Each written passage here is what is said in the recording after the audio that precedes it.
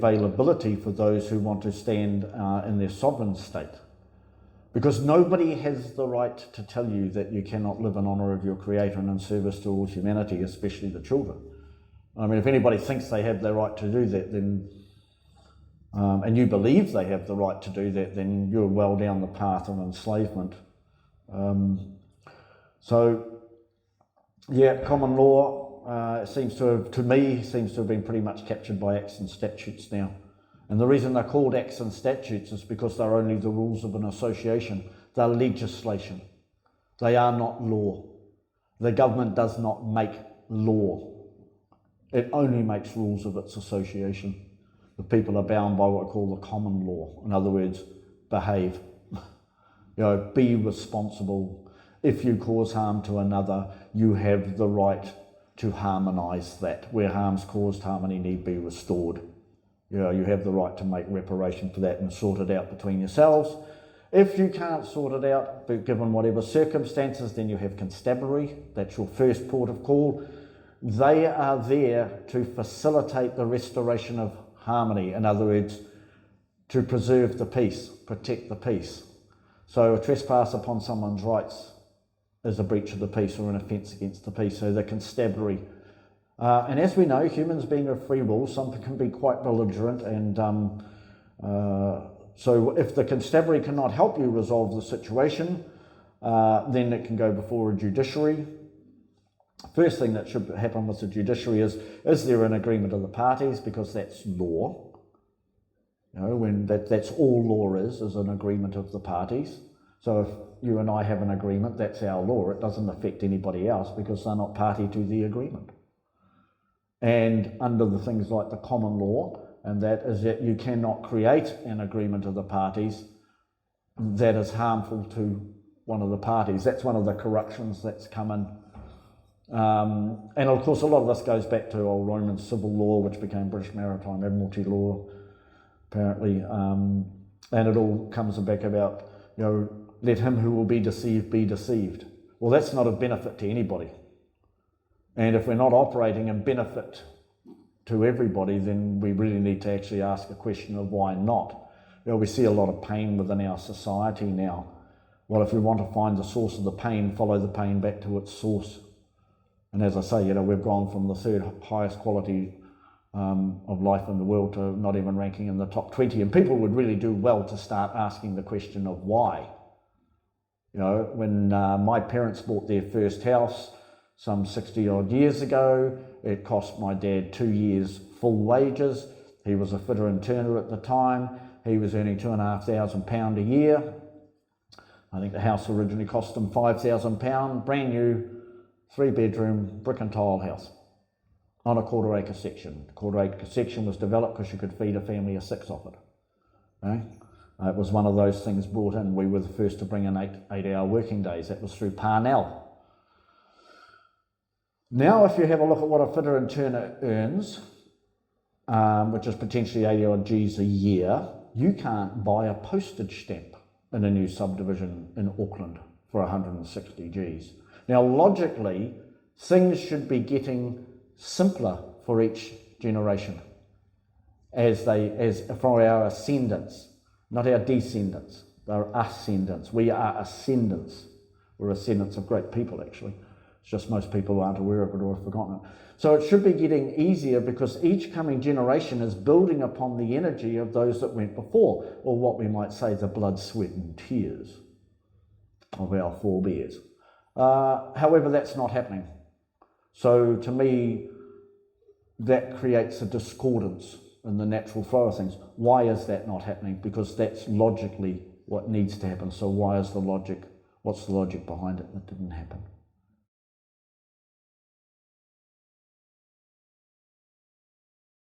Yep, the flag. I think most people are aware of the flag now. They just may not understand its significance or what it actually stands for. I mean, one of the reasons we have flags is because it's a little bit hard to read a document flapping in the breeze. So we use symbology for that, So for us, it's as I say, it's the white flag with the red cross, with the red cross in the corner, with the 4 stars, 8 pointed stars, and the black trim. which, how it was explained to me was, the cross is sovereign, from the four corners of the earth, the blood of humanity flows together, we are one, and then you have another red cross in the left hand upper quadrant, which again symbolises the sovereign order with the four stars of the Southern Cross, and how it was explained to me was that is the, here beneath the Southern Cross is the bastion of the sovereign order, if you like. That's where it was transferred to here in 1835. So that's the flag. A lot of people, it gets called by a lot of people the flag of the United Tribes. And that's because of in 1834 when the flag was gazetted in the Sydney Gazette, and Sydney was already under control of the privateers, which are just pirates with a light letter of marque. So they're sort of like legal pirates, but they're still pirates. So Sydney was already under control of the privateers. There were over 60 pirate ships operating out of Sydney in the 1800s. So when it was gazetted in the Sydney Gazette, they gazetted it as the flag of the Declaration of Independence of the United Tribes of New Zealand. Just because it was gazetted in the Sydney Gazette doesn't make it true. That's one thing people are learning more and more, is when you're dealing with privateers, is that they're not generally truthful. So that's how a lot of that confusion comes around the flag, but for us it's the Whakaputanga flag. Again with that, a lot of people say Whakaputanga flag. We always go with Whakaputanga because that's what's written on the document. If you change the title of a document, you're changing the document. There is no, hei whakaputanga o te rangatiratanga, because it's not written on the document. It's hei whakaputanga. Okay? It's like in a flag. If you change the dimensions or the details on a flag, you create a new flag. So this is why we've always held that with how, when we communicate, we always communicate it as hei whakaputanga, because that's the way it was written down. Yeah, how that was explained to me was, again, under the international law of the flag, was that when you change the details or dimensions of a flag, you create a new flag. So the story goes is that the tupuna were offered a choice of flags. They chose one. They made that change. And by making that change of just putting that black filibuster, I think they call it, around the red cross in the upper left-hand quadrant, that made it their flag.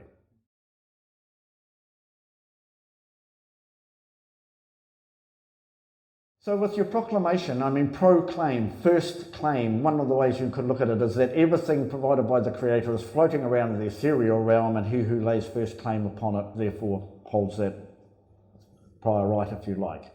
So there's a lot of deceptions around about how the regime works, and with its smoke and mirrors and its trickery and all the rest of it. So a lot of people have gone through these, affidavit of life, and there's others have gone through the redemption process and things like that. It's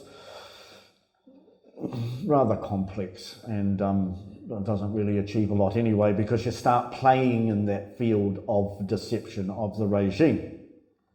So from a personal level, each of us has the right to choose our own path. So the thing is, have you proclaimed that? So this is why I put in a proclamation of self-determination and individual sovereignty. I put that in through the courts in 2012 on a case that I was involved in then. Had quite a dramatic effect, because it's everything under universal law must be of full disclosure. Now, this is the way the regime operates, is it gives full disclosure, but it does it through trickery and deceit, so it's not full disclosure, because it's not open and honest, is it? But they seem to have got away with it for a long period of time, and they think they're going to carry on to get away with it. Well, they're not. Their day is done. All things move in cycles. Their cycle was up. So that's why I have compassion for those who play within that system. So for me, what it was about putting in my proclamation, so I proclaimed my self-determination as my creator-given right, and proclaimed my sovereignty, or that I live my life in sovereign state, and defined that. And it was in a court case where I was had registered my automobile to myself, as was my right. I cannot be compelled to join an association. That's Article 20(2) of the 1948 Universal Declaration of Human Rights, which New Zealand was quite instrumental in bringing into being. It came out of the carnage of the Second World War. So it was ratified by New Zealand in 1948. It became recognised as international law to the ratifying parties in 1976, reaffirmed again in 1998. Very good piece of documentation. And has anybody ever read 1948 Universal Declaration of Human Rights? Cool. Good. Those of you that haven't, a little bit of homework for you. Because how do you know what your rights are if you don't know what they are? How do you know somebody's trespassing on your rights if you do not know what they are? Legislation cannot override law. Law is agreement of the parties. Legislation are rules of an association. And we've seen a lot of that scumbaggery going on in the last couple of years when you have this government, which is not a lawful government,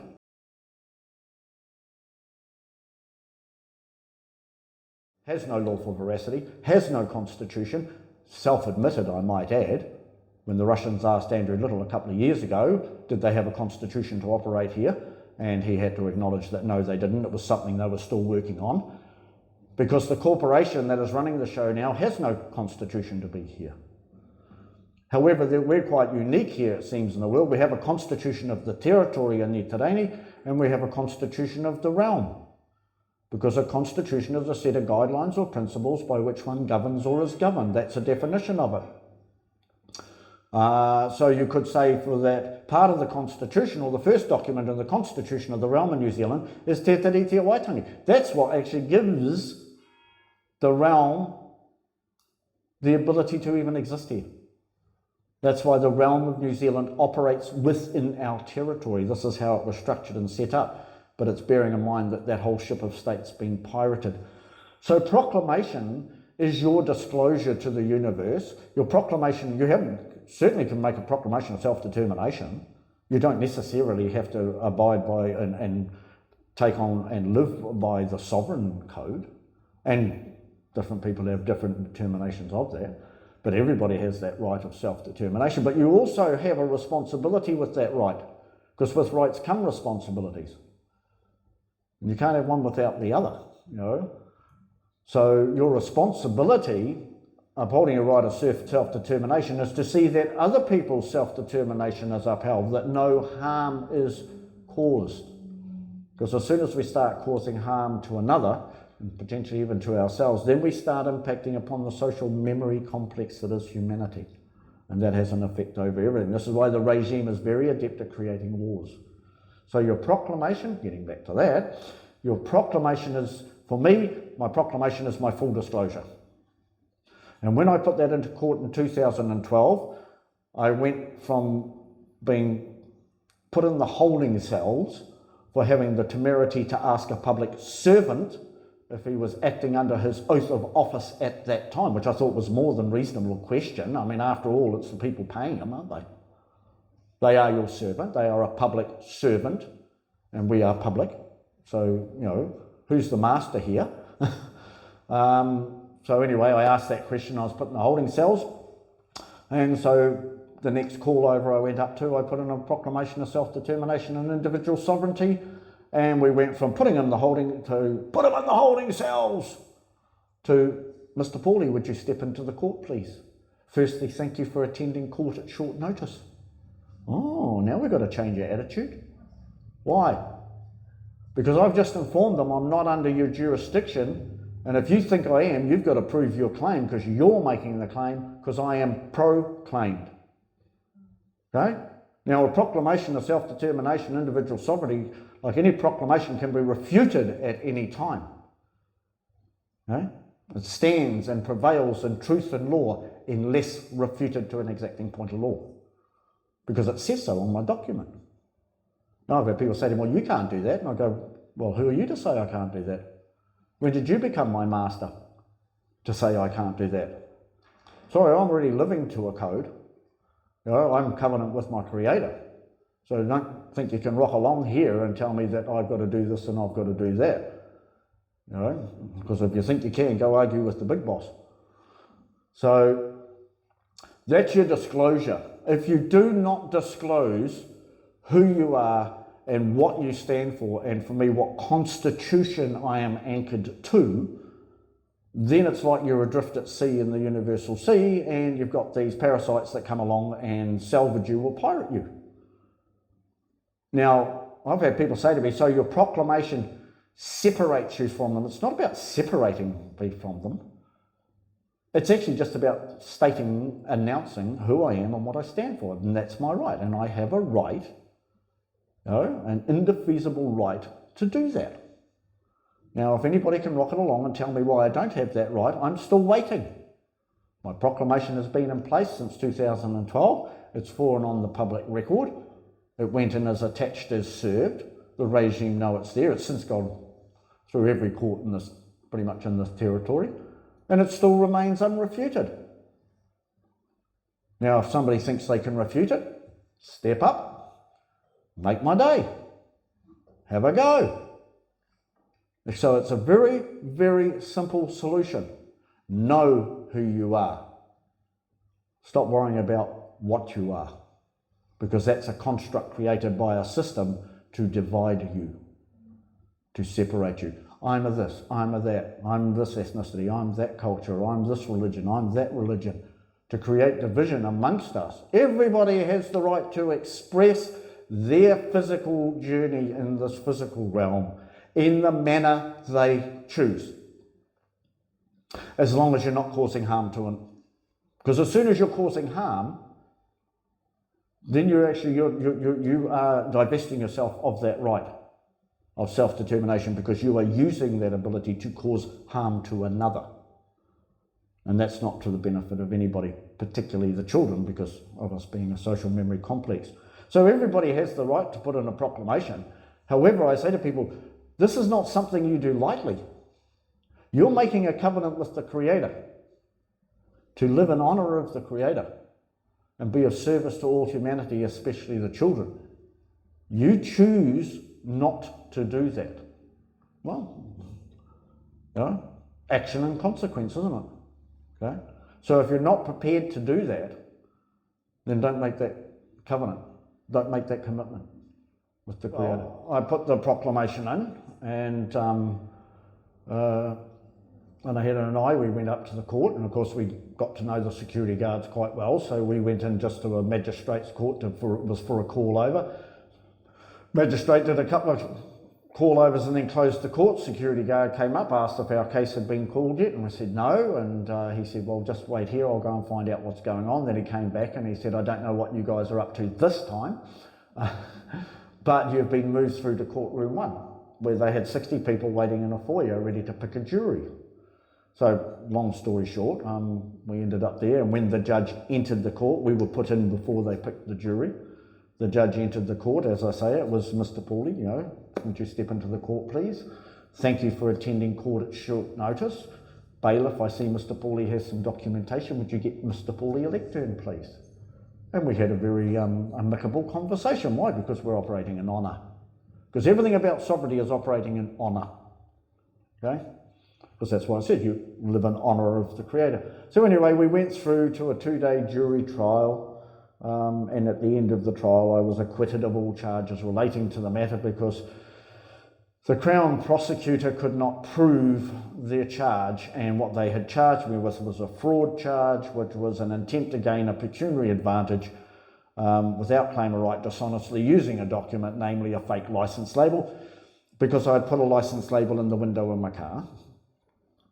And I'd put a notice beside it. Now, a notice is internationally recognised means of communication. You've all probably received one. Everybody received a notice of infringement, a speeding fine, all that sort of thing. Yeah, you realise it actually has no lawful veracity on you? Yeah, right, because it's a rule of an association. But it's assumed you are part of that association because you haven't said otherwise. Okay. So anyway, at the end of the trial, they couldn't prove their case. So the judge acquitted me of all charges relating to the matter, which included some $5,500 worth of infringement notices, because they were charges relating to the matter, because it's all about extracting your energy from you. Right?